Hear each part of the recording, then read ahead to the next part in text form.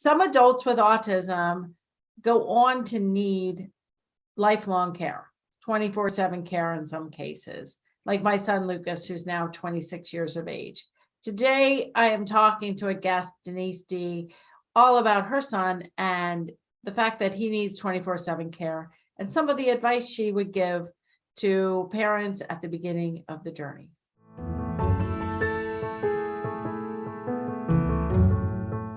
Hi, I'm Dr. Mary Barbera, autism mom, behavior analyst, and best-selling author.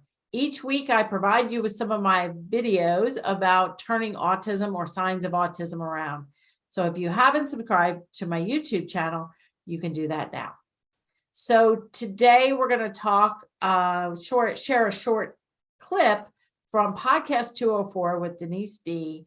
And she has a son very similar to Lucas in terms of age and ability level and some problem behaviors. So we're going to talk to Denise and share an excerpt from that, all about how you can still be positive, or you can still have a great life, even if you remain in that caregiver role, providing for an adult with autism. So let's take a listen to this clip. Of course, in his head, he's saying everything the right way, but for people to understand him, his strength is typing. And we have done the AAC devices, and we have done Proloquo through his phone. He is happiest when he can just flat out type, not go through all the pictures.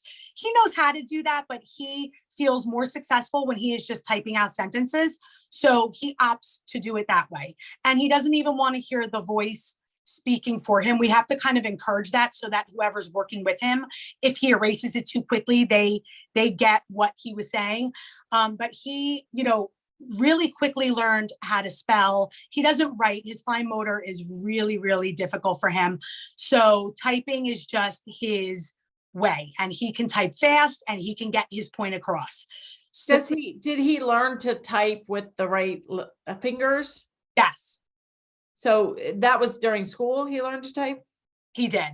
I'm actually a big proponent on, and I say that, and meanwhile, we've never tried even to teach Lucas to type, which might be something I should look into, but I learned to type in high school, and it was a really great skill to have. And then I encouraged my son Spencer to seriously learn to type, because if you just do it like here and there, you're not going to learn. But it definitely has to, there are some great online programs. So they systematically taught Vincent to type, and now he types fluently. So just to correct, and maybe I had said it wrong, his speech therapists all through the years wanted him, basically, if you could take Proloquo, which is an app on the phone which helps for communication with children that are non-speaking and even speaking. They were teaching him all the levels of that, starting from basic to like how, they had so much set up on his iPad where they wanted him to go into all those categories, and it was completely setting him off. Even though he understood what all of those pictures meant, he did not want to go through all the steps. So his speech therapist kept saying to me, he just wants to type on the keyboard, but it's very vital that we get him to learn all these different things he can say, or he's just going to keep saying the same thing. She is 100% correct about that. But ultimately, now that he is not in school anymore and he is at his day program, we're not staffed with the same type of people. We have a different style, and it's more of a caregiving atmosphere where obviously goals are still being met, but it's more community based, and it's more about, adults all trying to like live under the same roof during the day and do, cooking and go to the movies. And so it's different than school. So without having somebody, a one-on-one or a speech therapist right there to constantly encourage, we needed him to be able to feel comfortable and to have less aggressions. So we accept the typing, and it's still encouraged to say more, but that is Vincent's way, typing. Okay. Yeah. And so this was a part of like Proloquo and a part of speech to learn to type.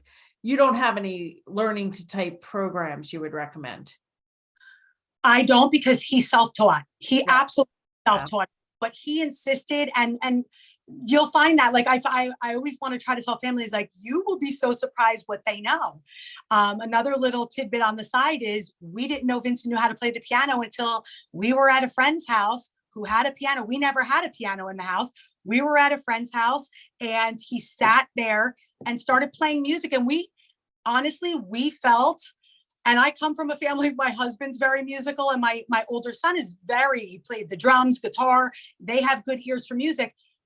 I just thought he was like playing like any other child, and the family that we were visiting said, that sounds like true music. That's not just like he is playing music. And then out of nowhere, he started playing songs on his own. Wow. Never a piano lesson. And now he can sit down, read the music.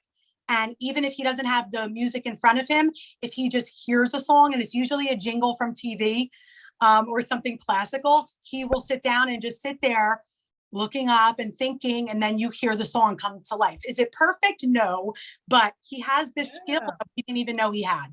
So do you have a keyboard or a piano for him? Yes. Nice. So that's great. Yeah, Lucas always was interested in music too. He learned to play the auto harp, but not from actual lessons and stuff. But yeah, it's a different part of the brain for music. And one of the pieces of advice from an older child's mom early on was to get Lucas into music therapy. And so Lucas has had a music therapist in his life from the age of 3, and he's 26. So I think that's a great tip, Denise, is I do encourage that, and learning to type and learning to play a musical instrument are connected. When you said he was self-taught for typing, my mind went right away to music. So I'm glad you brought up that example. Oh, that's great. Yes. Yeah. So, and he goes to a day program now that, like you said, it's like community based, and they do cooking and those sorts of things. Yes. And he started that pretty recently. Yeah, I'm sorry. He started that adult program pretty recently. It's been a year and a half in the adult program. And that'll bring me to the weaknesses, because I feel like I told you a little bit about his strengths.